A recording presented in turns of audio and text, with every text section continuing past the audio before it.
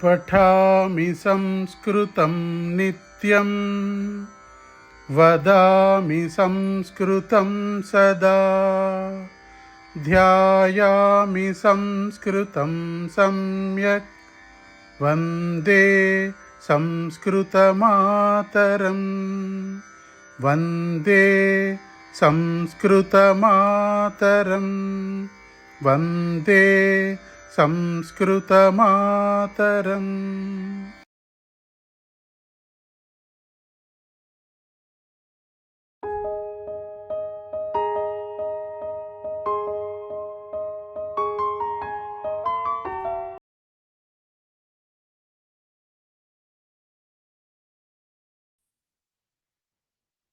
జయ మంత్రః.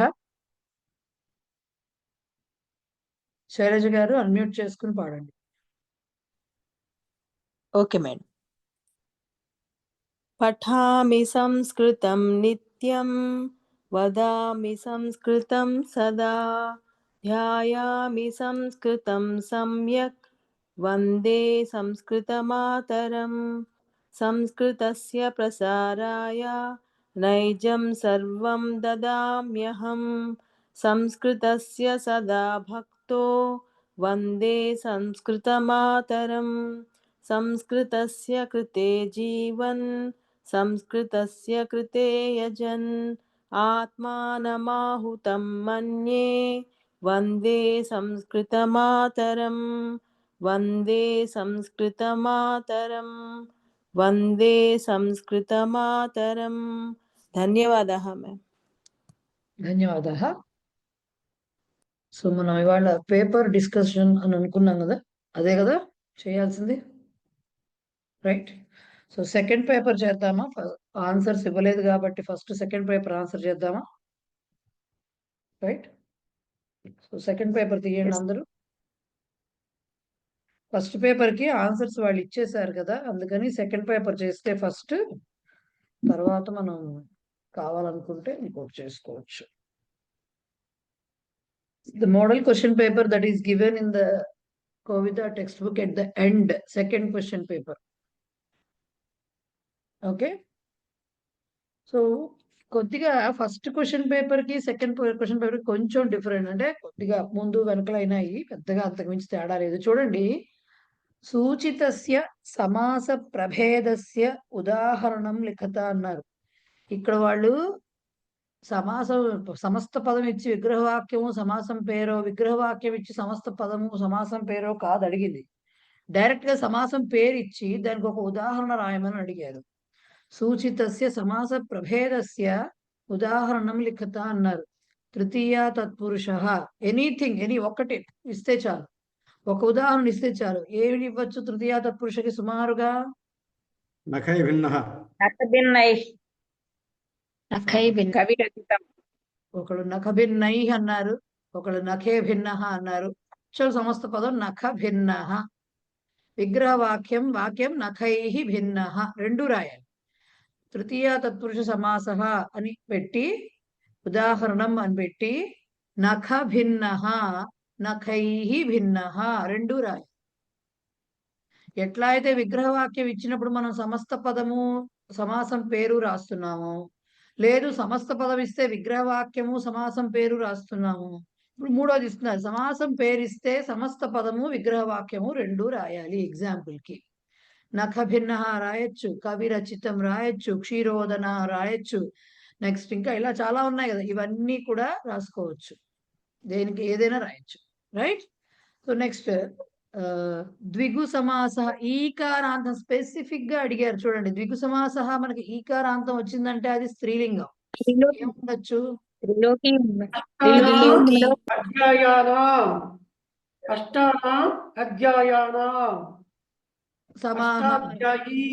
అధ్యాయానాం అని ఆపేయకూడదు సార్, సమాహార అని రాసి తీరాలి. అష్టాధ్యాయి ఉంది, త్రిలోకి ఉంది, అలాగే పంచవటి ఉంది, పంచవటి ఉంది. ఇవన్నీ కూడా సమస్త పదము రాయాలి, వాటికి విగ్రహవాక్యం కూడా రాయాలి, ఒకవేళ ఇలా గనక బిట్టిస్తే. ఓకే. వ్యధికరణ బహువ్రీహి, దీనికి ఒక ఎగ్జాంపుల్ చెప్పండి. దండహస్త. దండహస్తః శూలపాణిః శూలపాణిః దండః కోదండపాణి హస్తే యస్య సహ దండహస్తః శూలం పాణౌ యస్య సహ శూలపాణిః చక్రపాణిః చంద్రమౌళి గదాపాణిః వగైరా చంద్రమౌళిః వగైరా వగైరా అన్ని కూడా దాని కిందకు వస్తాయి.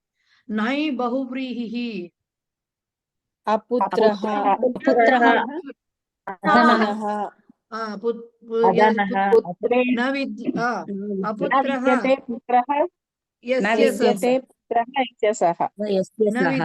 పుత్రః యస్య సహ అధనః న విద్యతే ధనం యస్య సహ అవిద్యః ఆర్ అవిద్య ఏదైనా అలాంటివన్నీ కూడా మీకు నై బహువ్రీహికి వస్తాయి.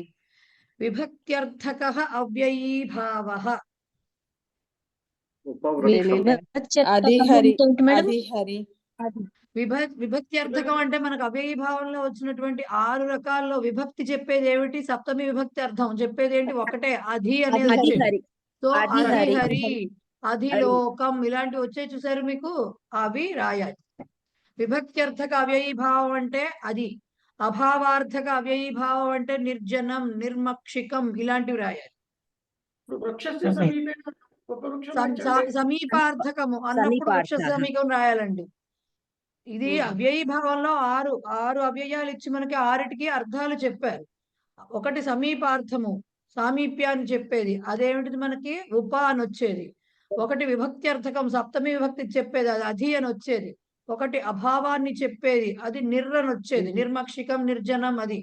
ఇంకొకటి యోగ్యత దాని గురించి చెప్పేది, యోగ్యం అని వస్తుంది చూసారు, దానికి చెప్పేది అనురూపం ఇవన్నీ దానికి వస్తాయి. యథా వచ్చింది, అదొకటి ఏంటి? యథ అంటే అనతిక్రమ్య అనే అర్థంలో వస్తుంది. సో దాంట్లో అవి చెప్పండి. ఒక చిన్న డౌట్ మేడం, అవ్యయీభావంలోను ఇప్పుడు ప్రతిదినం మనం ఉన్నప్పుడు దినం దినం ప్రతి లేదా దినే దినే అంతేనా, లేకపోతే దినే దినే ప్రతి అని రాయాలి మ్యామ్? అది 4 రకాలుగా దినం దినం రాయొచ్చు, దినే దినే రాయొచ్చు, దినం దినం ప్రతి రాయొచ్చు, దినే దినే ప్రతి రాయొచ్చు, ఎలా అయినా okay okay. Thank you. So అది విభక్త్యర్థక అవ్యయీభావ అంటే అధి తోటి అధిహరి అధిలోకం ఇవి రాయాలి. సమాహార ద్వంద్వ దానికి ఎగ్జాంపుల్ దాసీదాసం దాసీదాసం పుత్ర పౌత్రం ఇలాంటివన్నీ దానికి దాసీచ దాసహచ అనయోః సమాహారః పుత్రాశ్చ పౌత్రాశ్చ ఏతేషాం ఎనీథింగ్ సింగులర్ దాని గురించి బాగా డిస్కస్ చేసేసామా. ఏతేషాం సమాహారః పాణిపాదం పాణీచ పాదౌ చ ఏతేషాం సమాహారః ఇవన్నీ కూడా సుఖ దుఃఖం సుఖం చ దుఃఖం చ అనయోః సమాహారః ఇట్లా ఏదైనా రాయొచ్చు. రైట్. నెక్స్ట్ ప్రాది తత్పురుషః ప్రాది సమాసానికి ప్రాచార్యః ఏదైనా రాయొచ్చు. అదే ప్రాది తత్పురుష అన్న చోట ప్రానే రావాలని రూల్ లేదు. సుజనః రాయొచ్చు, ప్రాచార్య రాయొచ్చు, ఇలా వచ్చినవి ఏవైనా రాయొచ్చు.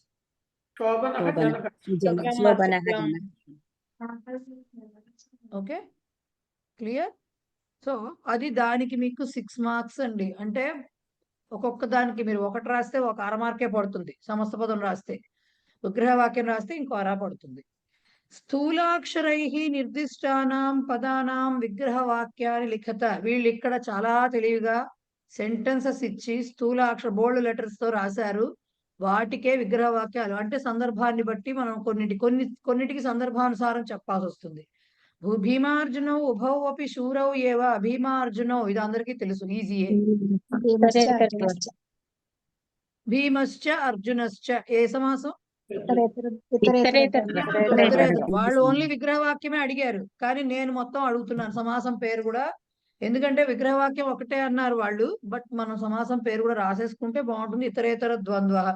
రామ ప్రతిదినం వ్యాయామం కరోతి. ఇప్పుడే చెప్పుకున్నాను దానికి. ప్రతిదినం అవ్యయీభావ. హిమాలయ పర్వత ఉన్నత శిఖర అస్తి. ఉన్నతః శిఖరః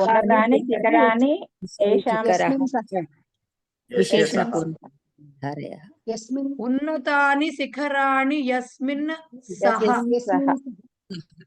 హిమాలయ పర్వతకి ఉన్నత శిఖర ఏకవచనంలో వచ్చింది. హిమాలయ పర్వత అనేది సమస్త పదం ఏకవచనంలో ఉంది కాబట్టి. కానీ ఆ పర్వత సమూహాన్ని మొత్తం హిమాలయ పర్వతం అని అంటాం.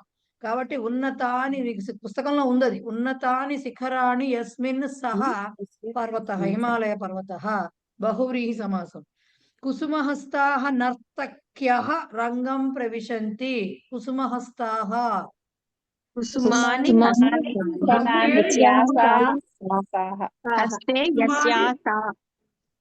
యాసాహ తాహ యస్యాహ సాహ యాసాహ అని ఎవరన్నారో పదండి, ప్రవేశాక పదండి అందరూ.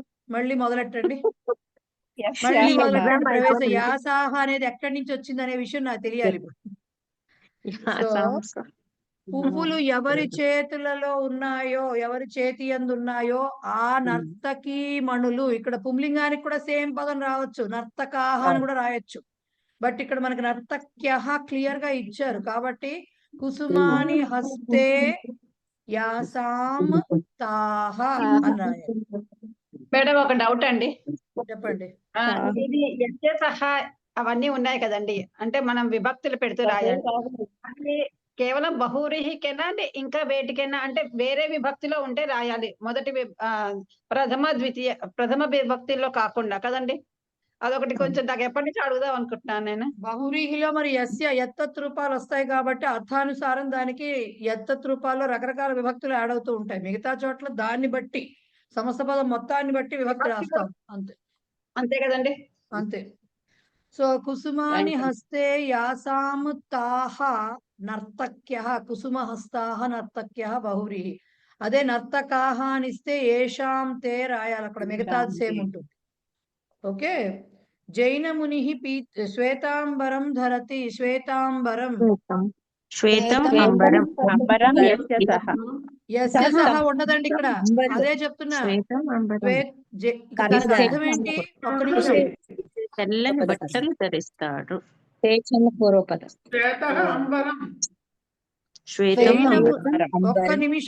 ఒక్క నిమిషం. జైన ముని తెల్లని వస్త్రమును ధరిస్తున్నాడు. సో తెల్లని వస్త్రమును అనేది ఇక్కడ నపుంసకలింగంలో, వస్త్రం నపుంసకలింగం, అంబరం అనేది. సో దాని ద్వితీయ విభక్తి వచ్చింది. శ్వేతం అంబరం. యస్య సహా ఇక్కడ రాయకూడదు, కేవలం వస్త్రానికే సంబంధించింది, అది మునికి సంబంధించింది కాదు. సో శ్వేతం అంబరం, శ్వేతాంబరం కామా తత్ రాయాలి. ద్వితీయ విభక్తి ఉంది కాబట్టి నపుంసకలింగంలో రెండు సేమ్ కనపడుతున్న విభక్తిని చెప్పడానికి తత్ రాసి తీరాలి. ఓకే. అలా కాకుండా తస్య శ్వేతాంబరం బహు సుందరం అస్తి అన్నారనుకోండి, అక్కడ శ్వేతాంబరం ప్రథమ విభక్తిలో ఉంది, దానికి తత్ రాయక్కర్లా, శ్వేతం అంబరం, దట్స్ ఆల్ అక్కడ. కానీ ఇక్కడ దానిని ధరిస్తున్నాడు అని చెప్తున్నాం, అంటే ద్వితీయలోకి వెళ్ళింది నపుంసకలింగం కాబట్టి ఆ విభక్తిని డినోట్ చేయడానికి కంపల్సరీ తత్ రాయవలసిందే పక్కన. ఓకే. సో అది విపూకాస. శ్రీమాన్ శేషణ్ణ వీణ. ఇది మీకు వచ్చిందే ఈ వాక్యం. వీణావాదన నిపుణ ఆసీత్. చెప్పొచ్చా? శ్వేతం చ తత్ అంబరం చ చెప్పొచ్చు సార్. అయినా పక్కన తత్తు రాయాలి. అయినా కూడా రాయాలి. Okay okay okay. వీణావాదనే నిపుణ ఏ సమాసం? సప్తమి తత్పురుష సమాసం. రైట్. లక్ష్మీ సరస్వత్యౌ ధనస్య విద్యాయాశ్చ అధిదేవతే. లక్ష్మీ సరస్వతి. లక్ష్మీ సరస్వతి రాయాలి కదా మాధవి గారు. లక్ష్మీ చ సరస్వతి చ ద్వంద్వం, ఇతరేతర ద్వంద్వ. అయిందా? అధో నిర్దిష్టేషు వాక్యేషు రేఖాంకితాని పదాని పరిష్కృత అంటే ఎక్కడో తప్పిచ్చారు. అండర్లైన్డ్ వర్డ్స్ లోనే చేంజ్ చేయాలి, మిగతా సెంటెన్స్ ని మార్చకూడదు. అండర్లైన్ వర్డ్స్ మిగతా సెంటెన్స్ ని బట్టి అండర్లైన్ వర్డ్ దానికి కరెక్టా కాదా చూసుకుని దీన్ని మార్చాలి, మిగతా సెంటెన్స్ ని మార్చకూడదు మన ఇష్టం వచ్చినట్టు. త్వా తుమ్ తవ్య అంటే త్వా ప్రత్యయం, తుమున్ తవ్యత్ ప్రత్యయం. ఎవరండి మాట్లాడుతున్నారు మధ్యలో? మేడం మీరు అందరినీ మ్యూట్ చేసామండి, అప్పుడు చెప్పాలి కదా, ఆన్సర్స్ చెప్పాలి కదా. మీరు ఒక్కొక్కరిని అడిగండి చెప్పేస్తారు. ఒక్కొక్కరిని అడిగండి గొడవ లేకుండా. ఒక్కొక్కరిని అడిగితే ప్రాబ్లం ఏంటంటే ఇప్పుడు నేను క్లాస్ అంతా దానికే అవుతుంది. అందుకని సరే చూద్దాంలేండి. త్వా తుమున్ ల్యప్ తుమున్ అవి ఇవ్వలేదు. ఏతే తద్ధిత ప్రత్యయాహ అన్నారు. తద్ధిత ప్రత్యయాలు అవి అది కృత్ కృతంతాలు. ప్రత్యయ కరెక్ట్. కృదంతాలు అనకూడదు. వీటిని కృదంతాలు అనకూడదండి. కృత్ ప్రత్యయాహ అనాలి. ప్రత్యయం. కృదంతాలు అంటే ఈ ఈ ప్రత్యయంతో ఎండ్ అయ్యే వర్డ్స్ అంటే పఠిత్వా ఉంటే అది కృదంతం, పఠిత్తుం ఉంటే అది కృదంతం, ఇంకోటి ఏంటిది పఠితవ్యం అని ఉంటే అది కృదంతం అవుతుంది. ఇవి కేవలం అవే ఇచ్చినప్పుడు కేవలం అవి కృత్ ప్రత్యయాలు మాత్రమే. అప్పుడు అక్కడ తద్ధిత ప్రత్యయ కాదు, ఏతే కృత్ ప్రత్యయ అని రాయాలి మీరు. కావ్య కుశల అత్ర బహువ్రీహి సమాస అని ఇచ్చారు. కావ్య కుశల అంటే ఏమిటి? అది సో సప్తమి తత్పురుష సమాస అత్ర బహువ్రీహి న సప్తమి తత్పురుష సమాస.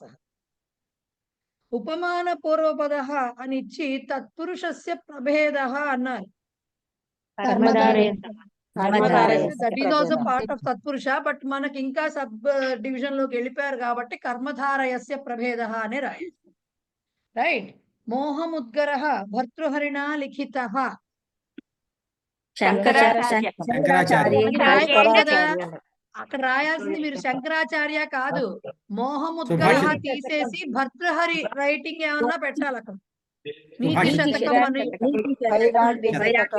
వైరాగ్య శతకమో నీతి శతకమో ఇవి పెట్టాలి అక్కడ. అంతేగాని మోహముద్గర శంకరాచార్య రాశారని పెడితే మొత్తం పోతుంది మార్క్.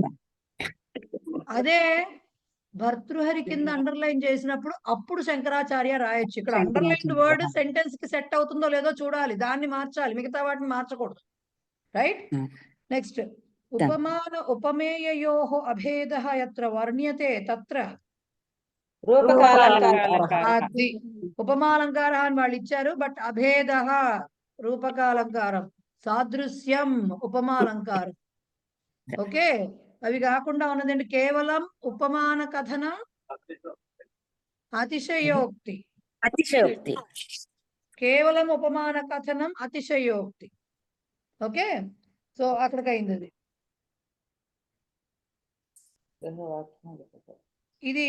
ఇవి మాత్రం నేను అందరినీ మ్యూట్ చేస్తా, హ్యాండ్ రైజ్ చేయండి, వాళ్ళని అడుగుతాను నేను, మిగతా వాళ్ళని.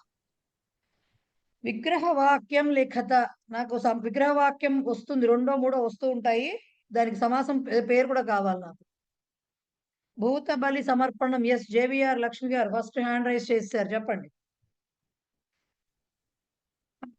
భూత బలి సమర్పణం భూతేభ్యః బలిః భూత బలిః, అది చతుర్థి తత్పురుష.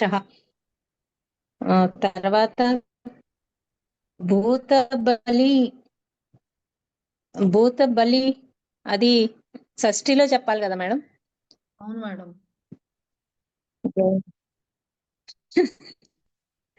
చేతులు రెండు ఇలా కట్టుకుని, కట్టుకుని హరి శబ్దం మొత్తం చెప్పండి నాకు. చేతులు రెండు ఇలా కట్టుకుని ఇకారాంత పుంలింగ హరి శబ్ద దగ్గర నుంచి మొత్తం చెప్పుకురండి. భూత బలేః సమర్పణం షష్ఠి తత్పురుష. అది భూతేభ్యః బలిః భూత బలిః చతుర్థి తత్పురుష సమాసః. భూత బలేః సమర్పణం భూత బలి సమర్పణం షష్ఠి తత్పురుష సమాసః. రైట్. శైలజ గారు నెక్స్ట్. కుపురుష సేవ. శైలజ గారు అన్మ్యూట్ చేసుకుని చెప్పండి. హ్యాండ్ రైజ్ చేశారు శైలజ గారు, అన్మ్యూట్ చేసుకుని చెప్పాలి. మేడం. కుపురుష కుత్సిత పురుష అండి. కుపురుష సేవ కుపురుషస్య సేవ షష్ఠి తత్పురుష. ఫస్ట్ దేమో కుత్సిత పురుష కుసమాసః. రైట్. కుత్సిత పురుష కుసమాసః కుపురుష కుపురుషస్య సేవ కుపురుష సేవ షష్ఠి తత్పురుష సమాసః. కరెక్ట్. నెక్స్ట్ ఎవరు? ఎస్ మాధవి గారు, గురజాడ దుర్గా మాధవి గారు. త్రిలోకి ప్రభు. మేడం అన్మ్యూట్ చేసుకుని చెప్పాలి. త్రయాణాం లోకానాం సమాహారః త్రిలోకి దిగు సమాసః. త్రిలోక్యాః ప్రభుః షష్ఠీ తత్పురుష. కరెక్ట్. త్రయాణం లోకానాం సమాహారః త్రిలోకీ. ద్విగు సమాసం. ఎప్పుడైతే ద్విగు సమాసంలోకి వచ్చేసి అది ఏకవచనంలోనే ఉంటుంది సమాహార ద్విగు. స్త్రీలింగంలో ఉంది కాబట్టి త్రిలోకీకి ఏకవచనంలో త్రిలోక్యాః షష్ఠి అవుతుంది. కాబట్టి త్రిలోక్యాః ప్రభువు, త్రిలోకీ ప్రభువు. కరెక్ట్. అక్కడికి అది అయిపోయింది. నెక్స్ట్ శ్రీదేవి కాట్నగల్లు పాణిపాద ప్రక్షాళనం. పాణిపాద ప్రక్షాళనం. పాణి చ పాదాశ్చ ఏతేషాం సమాహారః సమాహారద్వంద్వః. పాణిపాదానాం ప్రక్షాళనం షష్ఠీ తత్పురుష సమాసः. మేడం చిన్న చిన్న ఇవి మర్చిపోతున్నారు, చిన్న చిన్న విషయాలు. చేతులు పాణీచ కరెక్ట్ చెప్పారు ద్వివచనంలో. పాదాహ అని బహువచనానికి ఎందుకు వెళ్ళారు? 2 చేతులు 2 కాళ్ళనే చెప్పాలి. పాణీచ పాదౌచ అనయోః ఏతేషాం సమాహారః పాణిపాదం. అది సమాహార ద్వంద్వం. సమాహార ద్వంద్వం ఎప్పుడు నపుంసకలింగం ఏకవచనంలోనే ఉన్నప్పుడు పాణిపాదానాం ప్రక్షాళనం అనకూడదు, పాణిపాదస్య ప్రక్షాళనం అనే అనాలి. ఎప్పుడైతే పాణిపాదం అని ఒక మాట వచ్చేసిందో అది ఏకవచనంలోనే ఉంటుందో దానికి ఏకవచనంలోనే షష్ఠి పెట్టాలి కానీ బహువచనానికి తీసుకెళ్ళకూడదు. అక్కడ 4 ఉన్నప్పటికీ 2 చేతులు 2 కాళ్ళు కలిపి బహువచనంలోకి వచ్చినా కూడా సమాహార ద్వంద్వం ఏకవచనంలోనే ఉండి తీరుతుంది. నపుంసకలింగము ఏకవచనం మాత్రమే ఉంటుంది. కాబట్టి తర్వాత దాని రిలేటెడ్ గా అది యూజ్ చేసుకుంటూ నెక్స్ట్ విగ్రహవాక్యం చెప్పాలి అన్నప్పుడు దానికి ఏకవచన విభక్తులే చెప్పాలి, ద్వివచన బహువచనాలు చెప్పకూడదు. So పాణీచ పాదౌచ ఏతేషాం సమాహారః పాణిపాదం సమాహార ద్వంద్వః. పాణిపాదస్య ప్రక్షాళనం పాణిపాద ప్రక్షాళనం Shashthi తత్పురుషః. Clear? Right. PSN మూర్తి గారు లాస్ట్ వన్ అండి. ప్రసన్న వదన పూజ. ప్రసన్నం వదనం, ప్రసన్న వదనం. ఓకే. ప్రసన్న వదనస్య పూజ, ప్రసన్న వదన పూజ. కరెక్టే సార్, కానీ ఉట్టి ముఖానికి కాదు కదా, ముఖము కలిగిన వాడికి పూజ చేస్తాం మనం. అందుకని ఫస్ట్ వాక్యం బహువ్రీహికి మార్చాలి. ప్రసన్నం వదనం యస్య సహ ప్రసన్న వదనః. అది ప్రసన్న వదనః. కరెక్ట్. అది ఊరికేనే ప్రసన్న వదనం అంటే మామూలుగా ప్రసన్నంగా ఉన్నటువంటి ముఖము అని చెప్పొచ్చు. కానీ ఇక్కడ ముఖానికి డైరెక్ట్ ముఖం తీసుకొచ్చి పూజ చేయం కదా, ముఖము కలిగిన వాడికి పూజ చేస్తాం. కాబట్టి ప్రసన్నం వదనం యస్య సహ ప్రసన్న వదనః బహువ్రీహి. ప్రసన్న వదనస్య పూజ, ప్రసన్న వదన పూజ షష్ఠీ తత్పురుష సమాసః అవుతుంది. Correct sir. నెక్స్ట్ అధో నిర్దిష్టానాం తద్ధితాంతానాం విగ్రహవాక్యం లిఖత. పద్మా అయ్యగారి దౌష్యంతి తద్ధిత విగ్రహవాక్యం చెప్పాలండి. దుష్యంతస్య అపత్యం పుమాన్. కరెక్ట్. దుష్యంతస్య అపత్యం పుమాన్ దౌష్యంతి. Okay. Okay madam, correct. Next రాధేయకి ఎలా చెప్తారు మేడం? నా దానికి హ్యాండ్ రైజ్ లేదు మేడం. చెప్పండి, మీరు చెప్పండి, ఆన్సర్ చెప్పండి. రాధాయాః అపత్యం పుమాన్. కరెక్ట్. రాధాయాః అపత్యం పుమాన్ రాధేయః. శ్రీమాన్ ఎలా రాస్తారు? అయినా కూడా నండి దాశరథి అంటల్లా రాముణ్ణి దౌష్యంతి అంతే, అదే రాయాలి అంతే. సో శ్రీమాన్. నేను చెప్తాను మేడం. చెప్పండి. శ్రీహి అస్య అస్తి ఇది శ్రీమాన్. అంతే. శ్రీహి అస్య అస్తి ఇది శ్రీమాన్. మత్వర్ధీయ తద్ధిత ప్రత్యయం అది. ఓకే. శ్రీమాన్. పాశ్చాత్యః దీన్ని నేను చెప్పాను. పశ్చిమ దేశే జాతః. పశ్చిమ దేశే జాతః, పశ్చిమ దేశే భవః, పశ్చిమే భవ. అన్ని రకాలుగా పశ్చిమే పశ్చిమ దేశే జాతః పర్ఫెక్ట్ గా ఉంటుంది, అది రాసుకోండి. అశ్వవత్. అశ్వేన తుల్యః. ఇది పుస్తకంలో ఇచ్చారు, ఇది మీ పుస్తకంలో ఇచ్చారు కాబట్టి అశ్వతుల్యః, అశ్వేన తుల్యః, అశ్వవత్. కరెక్ట్. నెక్స్ట్ నిజంతం రూపం తస్య తవతు ప్రత్యయాంతం రూపం చ లిఖత. ఇచ్చిన క్రియాపదానికి నిచ్ రూపం రాయాలి, ఆ నిచ్కి తవతు కూడా రాయాలి. ఎగ్జాంపుల్ వాళ్ళే ఇచ్చారు. గచ్చతి అంటే గమయతి గమితవాన్ అని, స్మరతి స్మారయతి కరెక్ట్, స్మారయతి స్మారితవాన్, తిష్టతి కరెక్ట్, స్థాపయతి స్థాపితవాన్, పిబతి పాయయతి పాయితవాన్.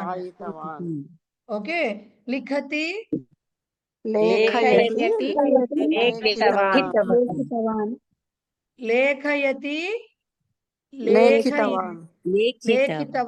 లేఖయతి లేఖితవాన్, శృణోతి శృణోతి శ్రావయతి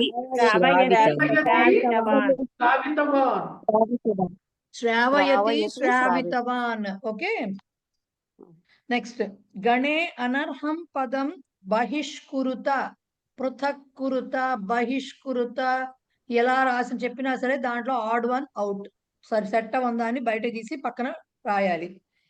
జిగమిష, విభూష, పిపాస, పిపఠిష.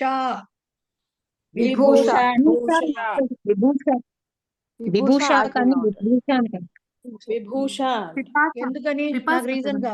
నాకు రీజన్ కావాలి. విభూష అని ఉంది కదా మేడం, మనకి విభూష లేదు కదా, విభూష అది అనే కాదు ఉంది. చెప్పాల్సిన ఆన్సర్, అది కాదు. మిగతా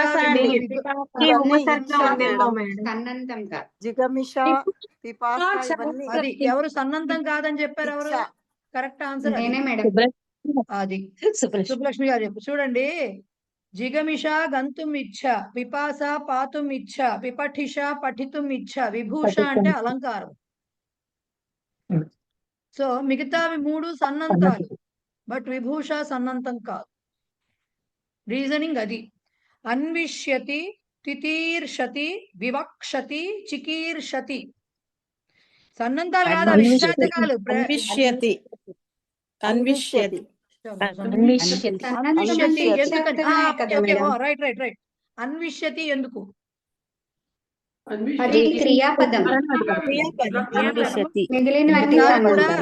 మిగతావి కూడా క్రియాపదాలే. సన్నంతంతో వచ్చిన క్రియాపదాలు. అది అన్విష్యతి సన్నంతం కాదు. అన్విష్యతి మామూలుగా క్రియాపదము, ఉపసర్గతో కూడినటువంటి క్రియాపదము.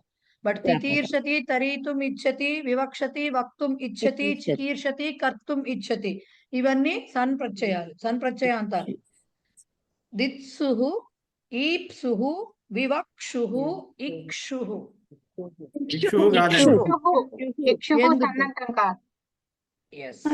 ఇక్షుహు అంటే ఏమిటి మరి? What is meant by sugar cane. So మిగతావన్నీ దిత్స అంటే దాతుం ఇచ్చ, దిత్సుహు దాతుం ఇచ్చుహు, ఆప్తుం ఇచ్చుహు, ఈప్సుహు, వక్తుం ఇచ్చుహు, వివక్షుహు, ఇక్షుహు మాత్రం షుగర్ కేన్. సో అవన్నీ సన్నంతాలు. జిగమిషుహు, పిపఠిష, వివక్షుహు, చికీర్షుహు చెప్పడం ఈజీ.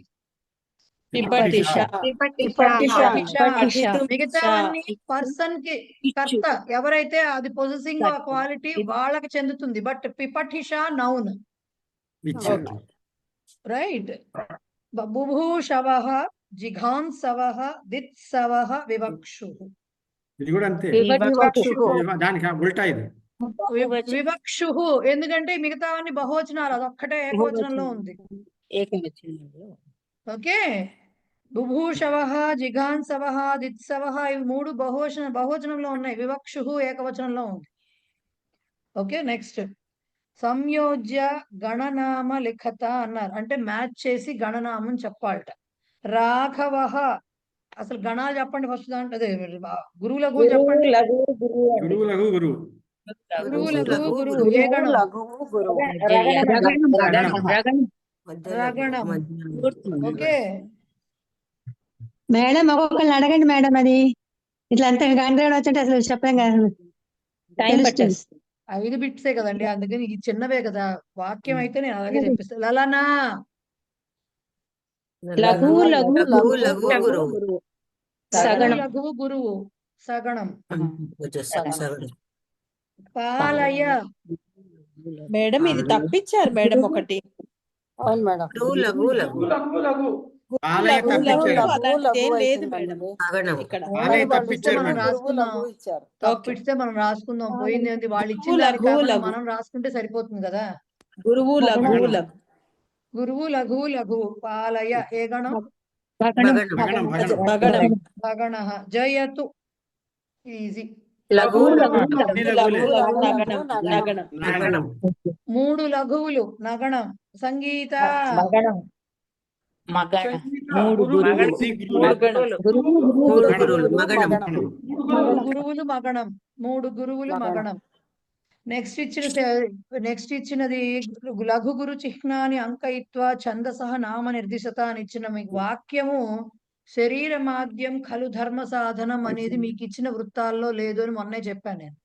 అది వంశస్థ అవును మేడం. వృత్తంలోకి వెళ్తుంది కాబట్టి అది మీకు ఇవ్వలేదు. కాబట్టి ఇలా ఏమన్నా వస్తే మీరు చేయాల్సిన పని ఏమిటి, దాన్ని గణ విభజన చేసి గురు లఘువులు పెట్టి గణాల పేర్లు రాసి వదిలేయండి. మీకు జత వసంత జర. తిలక, ఇంద్రవజ్ర, ఉపేంద్ర వజ్ర వస్తేనే ఉపజాతి వస్తేనే మీరు రాయగలరు. మిగతావి మీకు చెప్పలేదు కాబట్టి కేవలం గణాలు విభజించండి, గురువు లఘువులు గుర్తించండి, గణ నామాలు రాయండి, అక్షర సంఖ్య రాయండి. వసంత తిలకాకి 14 వస్తాయి. ఇవి 12 ఇంద్రవజ్ర, ఉన్నాయి. ఉపేంద్ర వజ్ర, ఉపజాతి అన్నిటికీ 11 వస్తాయి. ఇవి కాకుండా ఎన్ని దీంట్లో అక్షరాలు రాలేదు వచ్చినా మేడం. మీకు లేదు. 12 వచ్చినాయి. దీంట్లో 12 జత జర. జత జర వచ్చింది. వంశస్థం అండి, ఏంటండి? వంశస్థ వృత్తం అని ఉంది. జతౌతు వంశస్థ ముదీరితం జరవు అని వంశస్థ వృత్తం వస్తుంది. అది మీకు ఇవ్వలేదు, మీకు చెప్పలేదు సిలబస్ లో. సిలబస్ లో లేదు అది మరి. సిలబస్ లో లేదు మీకు అది. సో అది వదిలేసేయండి. సో నెక్స్ట్ది హనుమాన్ అబ్ధిమతరత్. మీరు చూడండి, దానికి ఇందాక గురుల గూలికి వాక్యం ఏది ఇచ్చినా 3 మార్కులు ఇచ్చారు. అంటే గణ విభజనకు 1, గణాల పేర్లకు 1, ఓకే, పేరు రాసినందుకు అక్షర సంఖ్య, వృత్తం పేరు రాసినందుకు 1, మొత్తం 3 మార్కులు పడిపోతాయి. మ్యాథ్స్ లాగానే గ్రామర్ అంటే టప్ప టప్ప టప్ప టప్ప పడతాయి. అన్లెస్ మీరు స్పెల్లింగ్ మిస్టేక్స్ కోవిదాలో పట్టుకుంటారు, జాగ్రత్తగా చూసుకోండి. ఎందుకంటే లాంగ్వేజ్ కదా, స్పెల్లింగ్ మిస్టేక్స్ పట్టుకోకపోతే అందరికి 100 వస్తాయి. సో స్పెల్లింగ్ మిస్టేక్స్ పట్టుకుంటారు, జాగ్రత్తగా చూసుకోండి. సో నెక్స్ట్ది హనుమాన్ అబ్ధిమతర దుష్కరం కిం మహాత్మనాం అత్ర కహ అలంక. ఇది మనం రాసాం ఆల్రెడీ ఇలాంటిది. అర్ధాంతర న్యాసం. ఆంధ్ర భాషయా ఆంగ్ల భాషయా సంస్కృత భాషయా వా వివృణుత. కానీ నాకు తెలిసినంత వరకు కోవిద వాళ్ళకి సంస్కృతంలోనే ఎక్స్ప్లెయిన్ చేయమని అడుగుతారు. ఓకే, అది మనం చెప్పుకున్నాం, ఎలా రాయాలో ఆన్సర్ చెప్పుకున్నాం మనము, రైట్.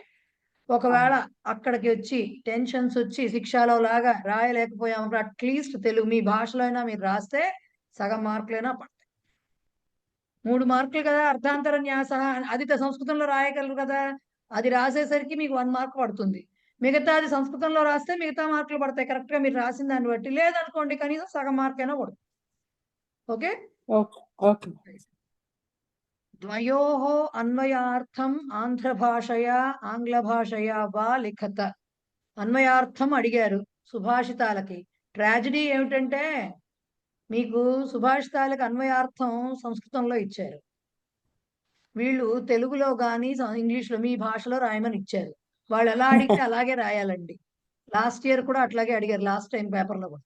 మాకు సంస్కృతంలో ఇచ్చారు కదా, మేము కష్టపడి నేర్చేసుకున్నాం, మేము అది రాస్తామంటే ఒప్పుకోరు. వాళ్ళు ఎలా అడిగితే అలా రాయాల్సిందే. సంస్కృతంలో రాయగలిగిన వాళ్ళు తెలుగులో రాయగలరు కదా. సో తెలుగులో అడిగితే తెలుగులోనే రాయాలి అన్వయార్థం. తాత్పర్యం అడగలా వాళ్ళు, కేవలం అన్వయార్థం అడిగారు, రైట్. సో రెండిటికి రాయాలి. నెక్స్ట్ ఏకస్య తాత్పర్యం సంస్కృతేన లిఖత. తాత్పర్యం రాయాలట ఒకదానికి. సుభాషితాలు పైవి సుభాషితాలే, కిందవి సుభాషితాలే, కానీ పైన అన్వయార్థం మాతృభాషలో అడిగారు. రెండవది తాత్పర్యం సంస్కృతంలో అడిగారు. సో మీకు అక్కడ పైన 8, 4, 12 మార్కులు, రైట్. మేడం అన్నిసార్లు ఇలాగే ఇస్తారని రూల్ లేదు, ఈ పేపర్ అలా ఉంది. ఏంటి శైలజ ఒక చెప్పండి. చిన్న డౌట్ మేడం. చెప్పండి. ఇది తాత్పర్యం అంత పొడుగు కాకపోయినా దాన్ని కరెక్ట్ మీనింగ్ రాయగలిగినా పర్వాలేదు కదా మేడం. ముందు వెనక బోల్డ్ అంతా ఏవేవో రాశారు కదా మన బుక్ లో. కానీ నాకు తెలిసి అంటే సుభాషితానికి సొంతంగా రాయగలిగితే పర్వాలేదు, సంస్కృతంలో రాయాలి తాత్పర్యం. సో మీరు రాయగలుగుతానంటే అర్థం తప్పకుండా విభక్తి దోషాలు రాయకుండా రాయండి. ఎవరొద్దన్నారు? మీరు రాసిన దాన్ని బట్టి మార్కులు పడతాయి. మీరు ఇక్కడ ఉన్నది ఉన్నట్టు వాళ్ళు ఇచ్చింది ఇచ్చినట్టు చదివినా కూడా అంతా రీప్రొడ్యూస్ చేస్తారని గ్యారంటీ లేదు అక్కడికి వెళ్ళి సంస్కృతంలో.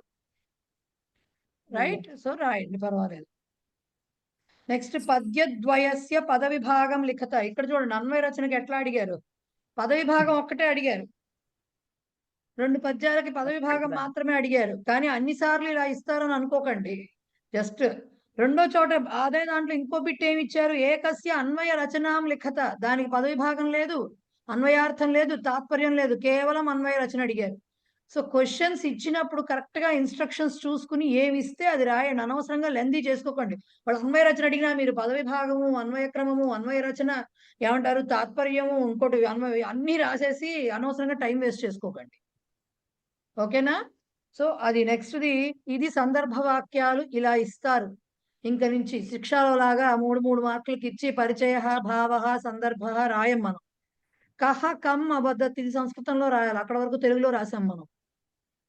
కహ కం అబద్ధత్ ఇది సంస్కృతం లిఖత అంటే మీరు చెయ్యాల్సిన పని ఏంటంటే ఈ వాక్యం అంతా వాళ్ళు ఇచ్చేస్తారు, మీరు మళ్ళీ వాక్యాన్ని రాయక్కర్లేదు. మళ్ళీ పేపర్లో వాక్యాన్ని రాయక్కర్లా. కరెక్ట్ గా క్వశ్చన్ నెంబర్, అది అక్కడ టైం వేస్ట్ చేసుకోకండి. కరెక్ట్ గా క్వశ్చన్ నెంబర్ వేసి ఏతత్ వాక్యం అని రాసి, ఏతత్ వాక్యం అని రాసి, కహ అన్న చోట సపోజ్ శివ పార్వతి ఇద్దరు అనుకోండి, శివుడు పార్వతికి చెప్పాడంటే శివ పార్వతీం అవదత్ ఇంతే రాయాల్సి. లేదండి మాకు అట్లా రాస్తే ఏమిటో రాసినట్టు లేదనుకుంటే వాక్యం రాసుకోండి, కోట్స్ లో పెట్టి ఏతత్ వాక్యం శివ పార్వతీం అవదత్ అని రాయొచ్చు.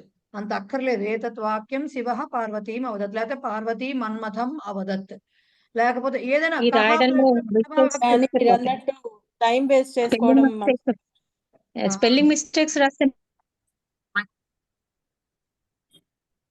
సో కహ కమ్ అవదత్ అనే వాటికి మీరు సాధ్యమైనంత వరకు కేవలం ఆ కహ కమ్ అన్న దగ్గర ప్రథమ విభక్తి ద్వితీయ విభక్తులు మిస్ అవ్వకుండా కరెక్ట్ గా స్పెల్లింగ్ మిస్టేక్స్ రాయకుండా అవి రాస్తే 6కి 6 మార్కులు పడిపోతాయి. దీనికి మీకు తెలియాలే గాని కరెక్ట్ గా. రతీదేవి మన్మథం అవదత్, లేకపోతే మన్మథ రతీదేవీం అవదత్, ఇలా విభక్తులు కరెక్ట్ గా పెట్టుకుంటూ రాయండి చాలు. ఇప్పుడు ఈ వాక్యాల గురించి నేను డిస్కస్ చేయను, ఎవరు ఎక్కడ చెప్పే ఎవరితో చెప్పారని నేను ఇప్పుడు చెప్పను. కానీ అసలు ఎక్కడి నుంచైనా సందర్భ వాక్యం ఇస్తే మీకు ఆ వాక్యం చదివితే తెలిసిపోతుంది కదా. కథ తెలిసినప్పుడు చదివినప్పుడు ఎవరెవరితో అన్నారో ఈజీగా తెలుస్తుంది. సంస్కృతంలో రాయాలి, తెలుగు లిపి ఎక్కడా వాడద్దు. నెక్స్ట్ అంతలింగ, ఇది హ్యాండ్ రైజ్ చేసిన వాళ్ళనే నేను చెప్తానండి, అడుగుతాను. కంప్లీట్ గా చెప్పాలి, ఒక్కొక్క మార్క్ ఒక్కొక్క దానికి 6కి 6 మార్కులు పడతాయి. అంతలింగ విభక్తి వచనాన్ని లిఖత. ధాతు ఇస్తే దానికి ఎట్లా రాయాలి అన్ని డిస్కస్ చేద్దాం. Hand raise. జగతః ఎవరు చెప్తారు?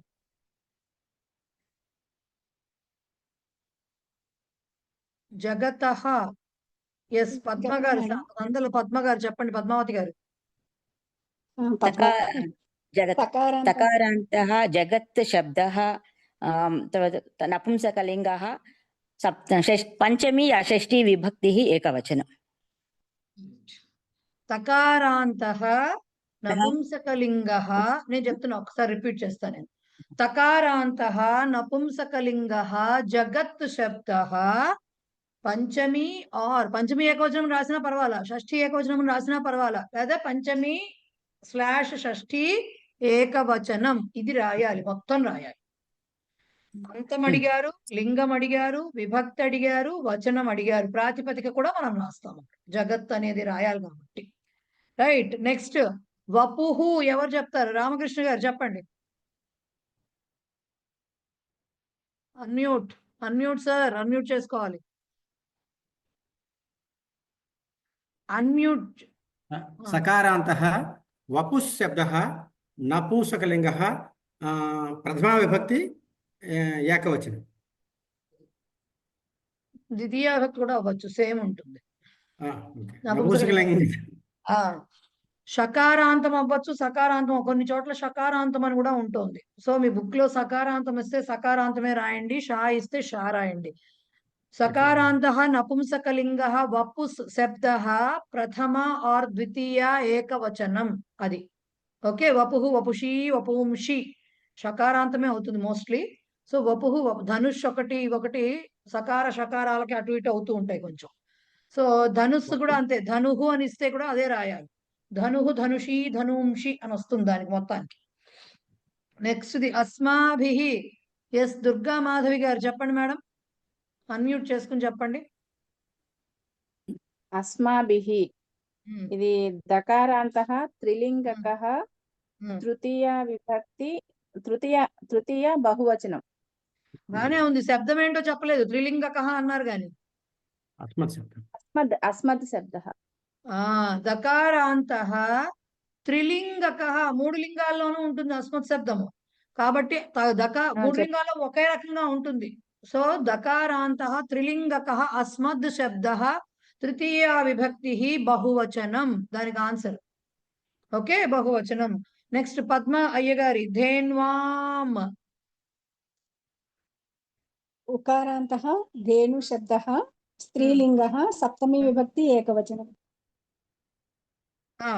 సప్తమి విభక్తి కరెక్ట్. ఉకారాంతః స్త్రీలింగః ధేను శబ్దః సప్తమి విభక్తి ఏకవచనం. నెక్స్ట్ జేవిఆర్ లక్ష్మి గారు ఇయం. మేడం ఇది నాకు రాదు మేడం సరిగ్గా.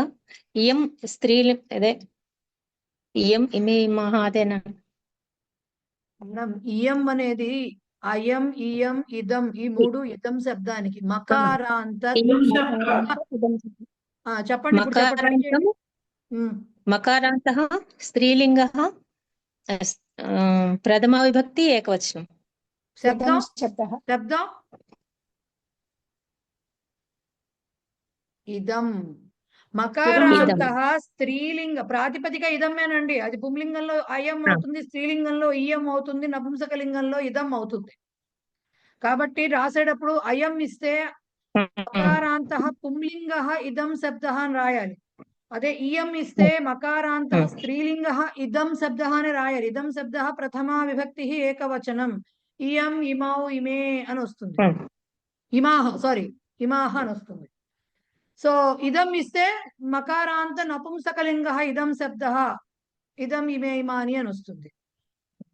ఓకే, సో అవి రాయాల్సింది. నెక్స్ట్ బిఎస్ఎన్ మూర్తి గారు హరయే చెప్పండి సార్.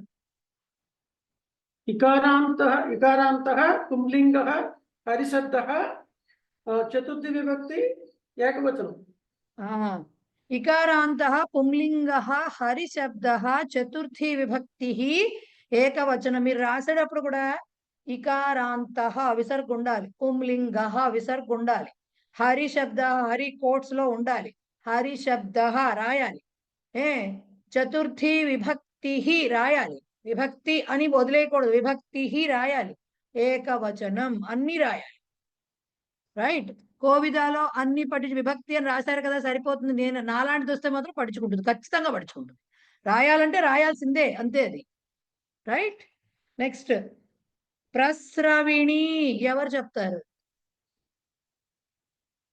నేను చెప్తాను. సుబ్బలక్ష్మి గారు చెప్పండి. ఈకారాంతః స్త్రీలింగః ప్రస్రవణీ శబ్దః ప్రథమా విభక్తి ఏకవచనే అస్తి. అంతే అంతే. ప్రస్రవిణి ఉందని అక్కడ ఏదో మనకు తెలియని శబ్దం వచ్చేసింది, దయ్యమో భూతమో ఏలియన్ వచ్చింది అనుకోక్కర్లా. వాళ్ళు అడిగింది ఏంటి? అంతము. ఈకారాంతః స్త్రీలింగః, గౌరీ గుర్తు రావట్లా, ప్రస్రవిణి అంటే అర్థం మీకు తెలుసు, అది ఆల్రెడీ వచ్చింది మీకు పదం. సో ఈకారాంతః స్త్రీలింగః ప్రస్రవిణీ శబ్దః ప్రథమా విభక్తి ఏకవచనం. ఓకే, నెక్స్ట్ గామ్ ఎవరు చెప్పనా? ఓకారాంతః. పద్మావతి గారు చెప్పండి. ఓకారాంతః గో శబ్దః స్త్రీలింగః ద్వితీయ విభక్తి ఏకవచనం. గామ్ గామ్ గావో గాః వస్తుంది. సో ఓకారాంతః స్త్రీలింగః గో శబ్దః ద్వితీయ విభక్తి ఏకవచనం. Correct correct madam. సో అంతలింగ విభక్తి వచనాలంటే ఇలా రాయాలండి. అంతము లింగము శబ్దము కోట్లో శబ్ద అని రాసి విభక్తి వచనం అన్ని రాయాలి. శబ్ద వాళ్ళు అడగలేదు కదా అని అనుకోవచ్చు మీరు, మనకి వివరణలో కూడా అట్లా ఇవ్వట్లేదు కదా అనుకోవచ్చు, కానీ అది రాస్తేనే పొల్లు పోకుండా ఉంటుంది కరెక్ట్ గా. రైట్. నెక్స్ట్ సంస్కృతేన ఉత్తరం లిఖత అన్నారు. అవన్నీ కావ్య కథలు కానీ గ్రంథకార పరిచయాలు ఆ థియరీల నుంచి వస్తుంది. అది మీరు చూసుకోండి, దానితో నాకు సంబంధం లేదు. నెక్స్ట్ ప్రతి విషయం దశభి వాక్యై సంస్కృతేన లఘు టిప్పణీ లిఖత. రెండిటికి చిన్న షార్ట్ ఎస్సే రాయాలి. 5 మార్క్స్ ఉంటుంది 10 సెంటెన్సెస్ లో. ఇక్కడ ఇచ్చింది మాఘ భర్తృహరి దండి అశ్వఘోష కాబట్టి భర్తృహరి గురించో మాఘుడు గురించో రాసేస్తే మనం శిశుపాల వధను కూడా కొంచెం ఎక్స్ప్లెయిన్ చేసేసి అంటే 2-3 లైన్లు దాని గురించి రాసేయచ్చు. నీతి శతకం గురించి రాసేయచ్చు. కావాలంటే కోట్ చేయొచ్చు. శిశుపాల వధలోంచి ఏదైనా మనకు వచ్చిన లైన్ ఏమన్నా ఉంటే భర్తృహరికి వస్తే మీకు ఒక పద్యం లాంటిది ఏమన్నా కోట్ చేయొచ్చు. సో ఇలాంటివి ఎంచుకోండి. దండి గురించి మీరు దండి సాహిత్యం చదవలేకపోతే పద్యం గుర్తు రావడం కష్టం. అశ్వఘోషుడు ఇట్లాంటి. సో ఇలాంటివి ఏమన్నా ఎంచుకుంటే బాగుంటుంది. నెక్స్ట్ ఏకం విషయం అధికృత్య సంస్కృతేన దశవాక్యాన్ని లిఖత. ఇది ఎస్సేనే, మళ్ళీ ఇది కూడా సేమ్ అదే. కాకపోతే అక్కడేమో కవుల గురించి ఇచ్చారు, ఇక్కడేమో మీకు జనరలైజ్డ్ టాపిక్ ఒకటి ఇచ్చారు ఎస్సేకి. ఇలాగే ఉంటుందని రూల్ లేదు. ఒక ఎస్సే లెటర్ రైటింగ్ వస్తే లెటర్ రైటింగ్ లో చాయిస్ ఉంటుంది. జనరల్ గా చాయిస్ ఉంటుంది. 2 ఇచ్చి ఒకటి రాయమని చెప్తారు ఏదో ఒకటి. సో ఇది బేసిక్ గా మీకున్నటువంటి ఇదే మోడల్ వస్తుందని గ్యారంటీ లేదు. బట్ ఇట్లా అడగచ్చు క్వశ్చన్స్. ఎప్పుడైనా ఇన్స్ట్రక్షన్స్ చదివి రాయండి. ఇన్స్ట్రక్షన్స్ చదవకుండా అనవసరంగా మనకు వచ్చిందంతా పుస్తకం మూసేసి వాళ్ళు ఏమడిగితే నాకు సంబంధం లేదు, నాకు వచ్చింది నేను రాసొస్తానని మాత్రం అనుకోకండి. ఇన్స్ట్రక్షన్స్ చదివి ఏమడిగితే అది రాసిరండి. రైట్. ఫస్ట్ పేపర్ మనం చెయ్యాలా? ఆన్సర్స్ ఉన్నాయి కాబట్టి చెయ్యక్కర్లేదా? ఒక చిన్నదండి గ్రూప్ కి ఇన్ఫర్మేషన్ కోసం చిన్నది ఒకటి చెప్తాను. ఏమనుకో, భారవికి ఇంకో పేరు దామోదర అని ఉందండి. తర్వాత దామోదరుడి మనవడు దండి అన్నారు కాబట్టి ఇంతకు అది గుర్తొచ్చింది. దండికో స్పెషాలిటీ ఉంది. ఆయన మా తాతగారు కూడా పెద్ద రైటరే భారవి. ఓకే. అంటే ఇది హిడెన్ గా ఉంది. యాక్చువల్గా మన బుక్ లో ఉంది. దామోదర పౌత్ర రాశాడు ఒక చోట. ఇక్కడేమో భారవి దగ్గర ఏమో భారవికి అపరనామ దామోదర అని రాశాడు. ఆ రెండింటికి రిలేషన్ మనం పట్టుకోలేము. ఒక్కసారి ఇన్ని పేపర్లలో ఆంధ్ర తెలంగాణ గత 6 ఏళ్ల పేపర్లలో ఒక్కసారి అడిగాడండి. ఇది సంయోజిత ఉంటాయి కదా, మ్యాచింగ్ లో ఇచ్చాడు. భారవికి దామోదరుడి పేరు అదే భారవికి దండికి రిలేషన్ సంయోజితలో ఇచ్చాడు. భారవి మనవడు దండి, భారవి మనవడు అంటే పౌత్రుడు తండ్రి. వచ్చే అవకాశం లేదు. బట్ గ్రూప్ లో ఒక తెలిసిన అవకాశం లేదు అనడానికి మనకు లేదు. ఇప్పుడు మనకున్న ఎక్స్పీరియన్స్ మనం అనడానికి రేపు ఎప్పుడు వస్తే వీళ్ళు నన్ను చంపేస్తారు సార్. మీ గ్రూప్ లో వాళ్ళని నన్ను చంపేస్తారు మేడం.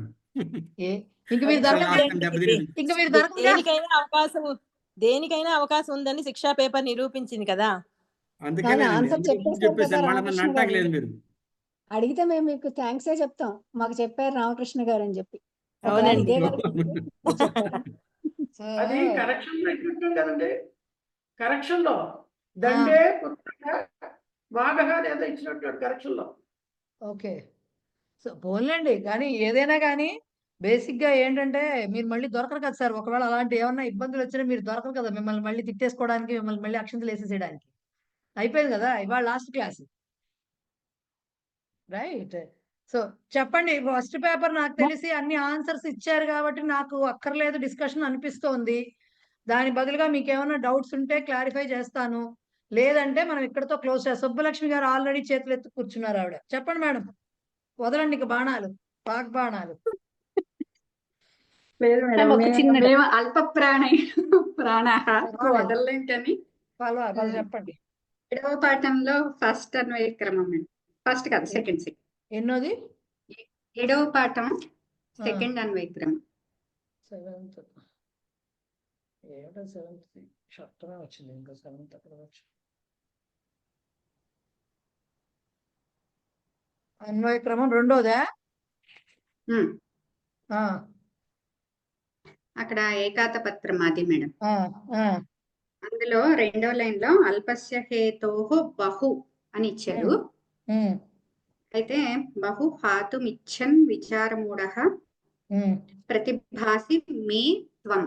ఇక్కడ మే అన్నది మనకేమో అన్వయ రచన పద్ధతిలోనేమో కస్మై ప్రతిభాసి అని చెప్పి చతుర్థిలో అడిగారు ప్రశ్న. అవును. పద వివరణలోనేమో అక్కడ షష్ఠీ విభక్తిలో ఇచ్చారు. దకారాంతః అస్మత్ శబ్దః షష్ఠీ విభక్తి ఏకవచనే అస్తి అన్నారు. అంటే నాకు సంబంధించిన అని షష్ఠీయే వస్తుంది కదా, తస్మై ఎందుకు లేదు అడిగారు అక్కడ? లేదు లేదు, ఆ ప్రతిభాసి ఆ కనిపించటం అనేది ఎవరిని ఉద్దేశించి. సో అక్కడ అప్పుడు చతుర్థి మరి మనం మహ్యం చతుర్థి ఆ ఎందుకు అదే లేదు? చెప్తున్నా ఇప్పుడు మే అనేది మహ్యం మే ఉంది, మమ మే కూడా ఉంది. అలా చూస్తే వాళ్ళు దాని పద్యం ప్రకారం కాకుండా మే అంటే షష్ఠి రాసినా మీకు అంతలింగ వాటిల్లో గనక మే అని ఇచ్చారనుకోండి, మీరు చతుర్థి రాసినా షష్ఠి రాసినా మార్క్ ఇస్తారు. ఓకే. రైట్. సో ఇక్కడ యాక్చువల్ గా క్వశ్చన్ వాళ్ళ అన్వయ రచనలో చతుర్థికి ఇచ్చింది కరెక్ట్. మహ్యం ఆవశ్యకం లాగా మహ్యం ప్రతిభాసి అంటే మే ప్రతిభాసి, చతుర్థికే కరెక్ట్ అది. మమ ప్రతిభాసి అని రాదు.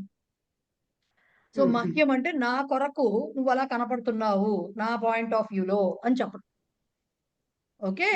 సో అందుకని అక్కడ మహ్యం అదే సారీ మే చతుర్థిలోనే ఉంది ఉండడానికి శ్లోకంలో. బట్ అంతలింగ విభక్తుల్లో యాక్చువల్ గా ఏంటంటే వీళ్ళు శ్లోకం పరంగా ఇచ్చినప్పుడు షష్ఠి అని ఇవ్వకూడదు. బట్ మీకు అంతలింగ వచనాలు శ్లోకం పరంగానే కాదు కదా, మామూలుగా మే అని ఇచ్చారనుకోండి, అస్మాభిహి లేకపోతే ఇవన్నీ కూడా దాంట్లో వచ్చినాయనే కాదు కదా, మే అనేది షష్ఠి రాయొచ్చు, మన మాం మే కూడా ఉంది, ద్వితీయ ఉంది, చతుర్థి ద్వితీయ ఉంది, రాయొచ్చు. షష్ఠి ఉంది. మూడిట్లో ఏది రాసినా కరెక్టే. అండ్ ఈ ఎస్ మ్యామ్, నెక్స్ట్ ఏమో ఈ బహు అన్నది మామూలుగా పుల్లింగం కూడా ఉంది కదా, ఇక్కడ వీళ్ళు నపుంసకలింగం ఎందుకు తీసుకున్నారు? అంటే నేను పుల్లింగం అనుకుని జనరల్ గా నేను అలా రాసేసుకుంటే అది తప్పవుతుంది కదా పద వివరణలో. డెఫినెట్ గా బహు అని నపుంసకలింగంలోనే యాక్చువల్ గా దేవుడు బహు అనేది అదే ఐ మీన్ బహు హాతుం అన్నారు కాబట్టి బహు మామూలుగా మీకు నపుంసకలింగంకే వస్తుంది, బహుహు అని రాదు. రెండోది ఏంటి, పుంలింగం ఉంది బహు శబ్దానికి బహుహు అని ఉకారాంతంగా వస్తుంది గురు శబ్దం లాగా.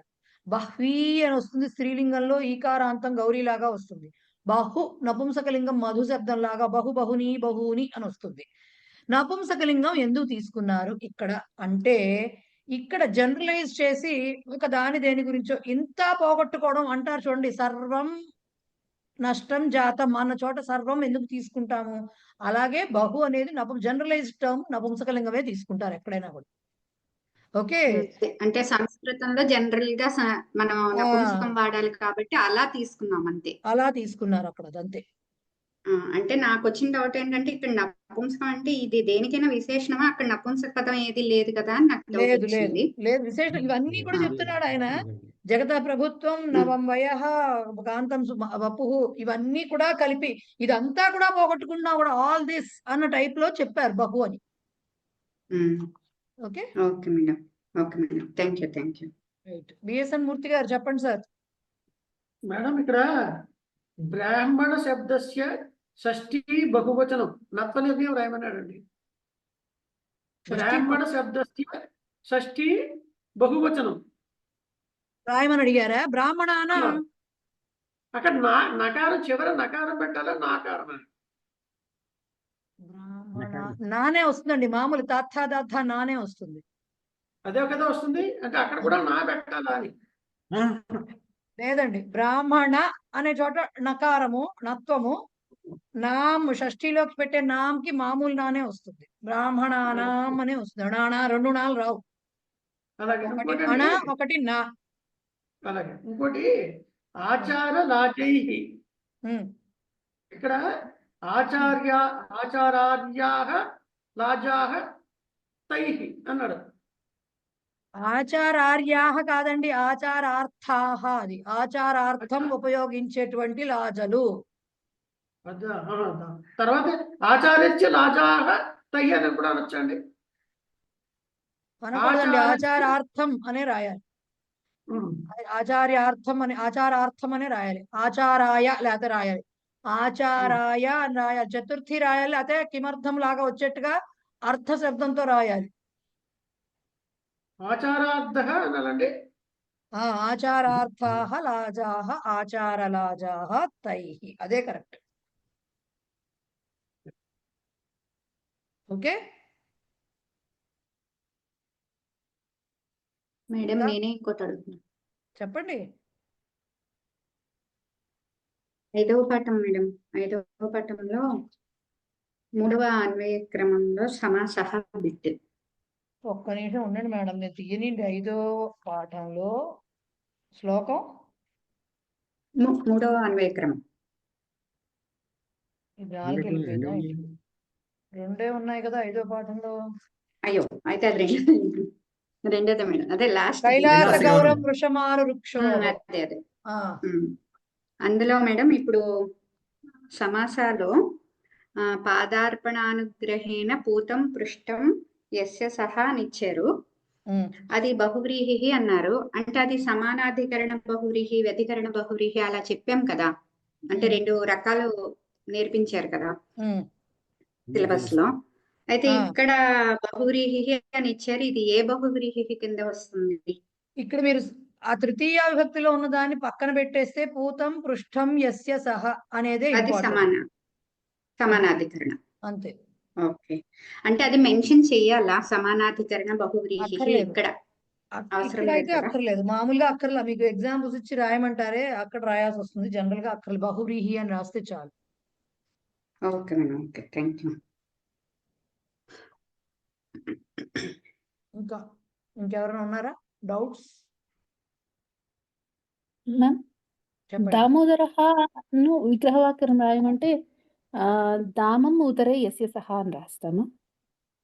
దామోదర కదా, దామహ దామం ఉదరం ఎస్ కాదండి. మేడం, దామ దామ అంటే రాజు, అనేది దామ అంటే రజ్జు, అంటే తాడు. దామోదర అన్నప్పుడు యాక్చువల్ గా ఏమవుతుందంటే మొత్తం బంధించినటువంటి దామము చేత బంధింపబడిన పొట్టగలవాడు అని రావాలి, కట్టబడిన పొట్టగలవాడు అని రావాలి. బట్ దాంట్లోకి ఏంటంటే ఒక్కొక్కసారి ఈ దామం ఉదరం అనేది నేను కూడా చూశాను. మనం ఒకసారి చెక్ చేసేద్దాం, ఉండండి. మనం చెప్పుకునేది కరెక్టా, మనం అనుకునేది కరెక్టా, ఈ రెండిట్లో ఏదో ఒకసారి చెక్ చేద్దాం. ఒక్క నిమిషం ఉండండి.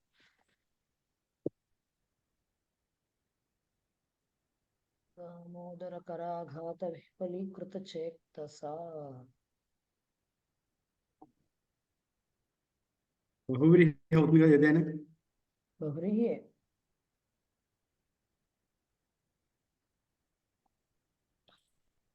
అగా మనకు దామాది సాధనేన ఇంకా ఇక్కడ అంతా ఇచ్చారు. ఉదార, ఉత్కృష్ట, అలా మొత్తం చాలా ఇచ్చారు. తయా గమ్యతే ఇది అని అర్థం. అంటే దామాది సాధనేన గమ్యతే, ఉదారా గమ్యతే ఇది దామోదర అని రాశారు. ఓకే, మనం రాయటం ఇక్కడ దీంట్లో శబ్దకల్ప ద్రుమాలోకి వచ్చేసరికి దామాది సాధనేనోదారా, సాధనేనోదారా అంటే ఉదార అంటే కట్టబడినటువంటి, ఆర్ ఉత్కృష్ట మతిర్యా తయా గమ్యతే ఇది, ఆర్ దాని చేత నడవబడేవాడు, అంటే దాని చేత కట్టబడి ఆ కష్టం మీద నడిచేవాడు దామోదరుడు. సో మనం ఏమని చెప్పుకోవచ్చు? దామము చేత కట్టబడినవాడు అని రాసుకోవచ్చు. చెప్పండి, సంస్కృతంలో చెప్పండి. అలా చెప్తే కుదరదా మీకు? దీంట్లో ఇచ్చిన విగ్రహవాక్యం మీకు పనికిరాదే? దీంట్లో ఇచ్చిన విగ్రహవాక్యం మీకు ఉన్నాం సార్, సంస్కృతంలో మాట్లాడతామండి. ఓకే, ఉండండి. దామ శబ్దం నాకు పుంలింగమా నపుంసకలింగమా అనేది ఎప్పుడు డౌట్. ఒక్క నిమిషం. నపుంసకలింగం మేడం, దామన్. దామేన ఉదారా అని ఇచ్చారు వాళ్ళు, మళ్ళీ ఆ మాట రాస్తే మనకు కష్టమైపోతుంది. కాబట్టి దామేన బంధిత ఉదరం యస్య సహా అని రాసుకుంటే, ఉదరహ యస్య సహా అని రాస్తే బాగుంటుంది నా ఉద్దేశం ప్రకారం. వీళ్ళు మాత్రం కల్పద్రుమాలో వాళ్ళు దామోదరాకి ఇచ్చిన విగ్రహవాక్యం అంతది రాయాలంటే కొంచెం కష్టమే ఎవరికైనా. ఓకే, ఉదర ఉండండి, ఒక్క నిమిషం మేడం. అది నకారాంతం కదా, దామన్ నకారాంత నపుంసకలింగ, దానికి మనం ఎలా చెప్తాం? దామేనా అని, దామ్నా అని చెప్పాలి. దామేనా కాదు, దామ్నా అని చెప్పాలి. నేను చూస్తున్నది ఏంటంటే వాళ్ళు ఉదారా అనే ఒక మాట వాడారు. ఆ ఉదారా అంటే ఏంటి అసలు అనేది చూస్తున్నా, ఎలా సెట్ అవుతుంది దీనికి అని చూస్తున్నా. ఉదరా కదండి, ఉదారా. వాళ్ళు విగ్రహవాక్యంలో కల్పద్రుమాలో ఇచ్చింది ఉదారా అని ఇచ్చారు.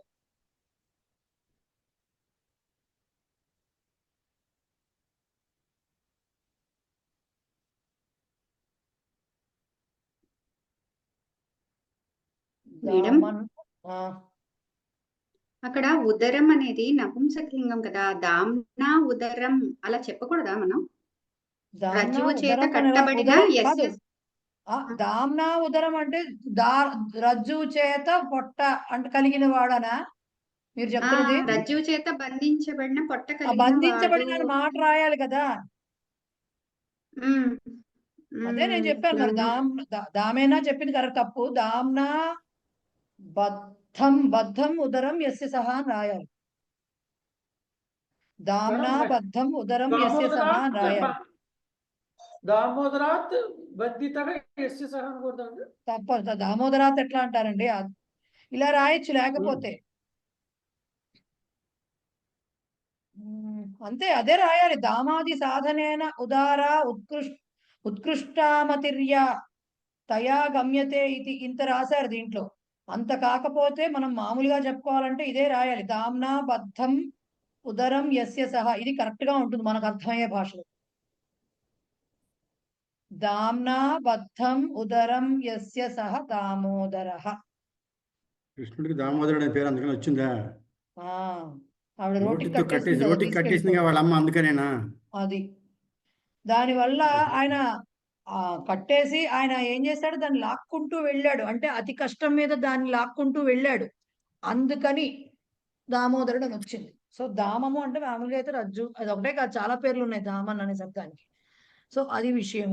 నెక్స్ట్ పద్మ గారు చెప్పండి మేడం. మేడం ఒక 4-5 డౌట్స్ ఉన్నాయి మేడం. చెప్పండి. వరుసగా ఒకటోటి.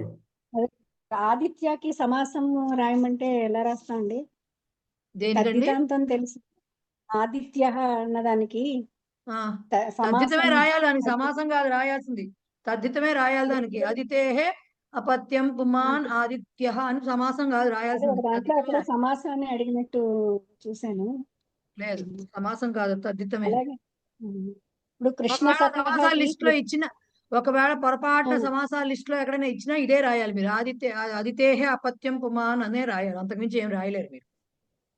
ఓకే అండి. ఇంకోటి కృష్ణ సఖకి కృష్ణస్య సఖ అని రాస్తాం కదా. ఒకవేళ స్త్రీలింగం అనుకోండి, పార్వత్యాహ సఖి అన్నప్పుడు దానికి సమస్త పదం ఏమొస్తుంది? పార్వతీ సఖి అని వస్తుంది. సఖి, పార్వతీ సఖి అని వస్తుంది. పార్వతీ సఖి. ఓకే. ఇప్పుడు ఖాదితవానికి నిజంత రూపం ఏమవుతుందండి? మీరు అలా రాసుకునేటప్పుడు ఎట్లా చేయాలి? ఫస్ట్ ఖాదతి, ఖాదతికి ఏమొస్తుంది నిజంతం? ఖాదయతి, ఖాదయతికి ఖాదితవానే వస్తుంది. మళ్ళీ రెండిటికి ఖాదితవానే వస్తుంది, రెండిటికి ఖాదితవానే వస్తుంది. అదే అది కొంచెం డౌట్ వచ్చింది, అది ఎలా రాయాలని. రెండిటికి ఖాదితవానే వస్తుంది. లేఖైతి కూడా అంతే కదా మ్యామ్, లేఖైతి కూడా ఒకటే అంతే. చెప్పండి మేడం. నికుంభ మిత్రంకి మనకు పుస్తకంలో ఏమో నికుంభ మిత్రం యస్య సహా అని ఇచ్చారు. ఒకవేళ నికుంభుని యొక్క మిత్రుడు తమ్ అని రాయడంటే నికుంభస్య మిత్రం తమ్ అని రాయొచ్చా? తమ్ అని రాయలేరు, తత్ అని రాయాలి, మిత్రం అని రాయాలి కాబట్టి. మిత్రం తత్ అంటే ఒకవేళ నికుంభ మిత్రం తత్ అని రాయొచ్చు. రాయమన్నప్పుడు రెండిట్లో ఏదో ఒకటి రాయొచ్చు కదా. ఇంకొకటి మేడం, ముఖ పద్మం అని ఉన్నప్పుడు ముఖం పద్మం ఇవ లేదంటే ముఖం ఏవ పద్మం అలా ఏదైనా రాయొచ్చా, లేకపోతే ఏదో ఒకటే రాయాలి? ఏదైనా రాయొచ్చు, ఇది మనం చాలాసార్లు చెప్పుకున్నాం. మీరు కేవలం ముఖ పద్మం అని ఏదైనా రాయొచ్చు. కేవలం ముఖ పద్మం అని ఇస్తే మీరు కాకపోతే ఒకటి విగ్రహ వాక్యము సమాసం పేరు మ్యాచ్ అవ్వాలి. ఏది రాసినా సరే ఒకదాని విగ్రహ వాక్యం రెండో దాని సమాసం పేరు రాస్తే లేదు లేదు కరెక్ట్ గానే రాస్తాము. అది ఎలా రాయొచ్చా అన్నది అంటే కొన్ని చాలా మటుకు ఇలా కన్ఫ్యూజింగ్ గా ఇది ఇంకో సమాసం కూడా అవ్వచ్చు అన్నట్టుగా కొన్ని అనిపిస్తున్నాయి. అందుకని ఆ కన్ఫ్యూజన్ కి ఇలా ఒకవేళ రాయగలిగితే రాయొచ్చు. Thank you. Okay, S Lakshmi garu ఏదో మాట్లాడుతున్నారు. జేవిఆర్ లక్ష్మి గారు. లేదు మేడం, ఇందాక అడిగేశాను. లిఖతి అదే లేఖైతి కూడా అలాగే వస్తుంది. ఇప్పుడు లిఖతికి లిఖితవాన్ వస్తుంది కదండి. లేఖయతికి లేఖితవానా మేడం? లిఖితవాన్ కదండి. లిఖితవాన్ వస్తుంది కదా, లేఖితవాన్ మేడం. లిఖతికి లిఖతికి వస్తుంది కదండి. ఓకే. లేఖయతికి లిఖతికి లేఖితవాన్ వస్తుంది. నిజంతము లేఖయతి కదా మేడం. అవునండి, లిఖ- లిఖతికి లిఖితవాన్ వస్తుంది, అర్థమైంది మేడం. అవునవును. ఓకే. మీకు అలాంటి doubt లేఖయతికి ఏమన్నా వస్తే- లేఖితవానే కదా మేడం? ఆ? లేఖయతికి లేఖితం తేడా ఉంది కదా. అదే లిఖతికి లేఖితవాన్ మేడం. లేఖయతి లేఖితవాన్. ఆ. నిచికృతంతే. మీకు అలాంటి లేఖయతి డౌట్స్ ఒక్క లేఖితవాన్. నిమిషం ఉండండి. మీకు అట్లాంటి డౌట్స్ వస్తే ఒకవేళ మీకు ఇట్లాంటి దాంట్లో అష్టాధ్యాయిలో అక్కడ వెతుకుతారు కదా, భావకర్మణోహం అనే చోట వెతుకుతారు కదా, నిచికృదంతే అని ఉంది. ఇప్పుడు డెవలప్ అయిన తర్వాత అది నిచికృదంతే అని ఉంది.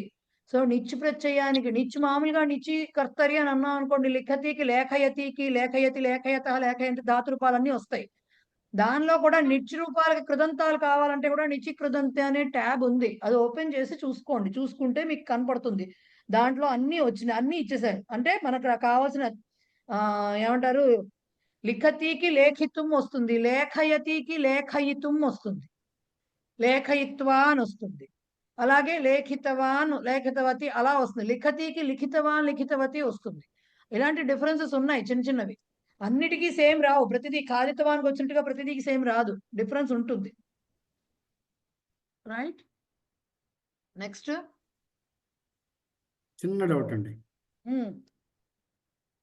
అడగమంటారా? యశోధనం అంటే యశ ఏవ ధనం అని రాస్తాం కదా. యశోధన అని రాసినప్పుడు బహువ్రీహిలో రాసినప్పుడు యశ ధనం యస్య సహ రాయాలా, యశ ఏవ ధనం యస్య సహ రాయాలా? ఏవ అక్కర్లా, అక్కడ యశ ధనం యస్య సహ బహువ్రీహికి వచ్చేసరికి అక్కర్లేదు, కానీ రాస్తే కొడతారా? అంటే ఇప్పుడు మిమ్మల్ని ఎవరు వచ్చి కొడతారు చెప్పండి సార్ నాకు. నాకు ఆ విషయం నాకు అర్థం కావట్లేదు.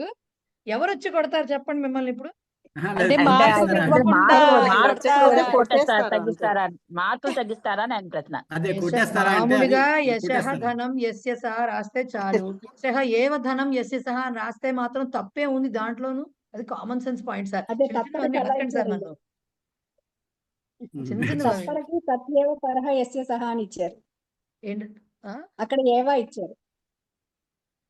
అక్కడ ఏవా ఇచ్చారు, తత్పరహకి తత్యేవ పరహ అన్నారు. సో వచ్చిన కొంపలేం మునిగిపోవట్లేదు కదా సార్. వాళ్ళకి వేరే ధనం ఏమీ లేదు, యశస్సు తప్ప. అది మనం ఎంఫసైజ్ చేస్తాం, దాని తప్పే ఉంది. రైట్. ఎస్ రాజేశ్వరి గారు చెప్పండి మేడం. దీనికి సంబంధించింది కాదులేండి, ఒక చిన్న అనౌన్స్మెంట్ చెయ్యాలి. మళ్ళీ తక్కువ అయిపోతారు జనాలని. Sorry madam. ఇది మనము గెట్ టుగెదర్ పెట్టుకుంటున్నామండి March 7th కి.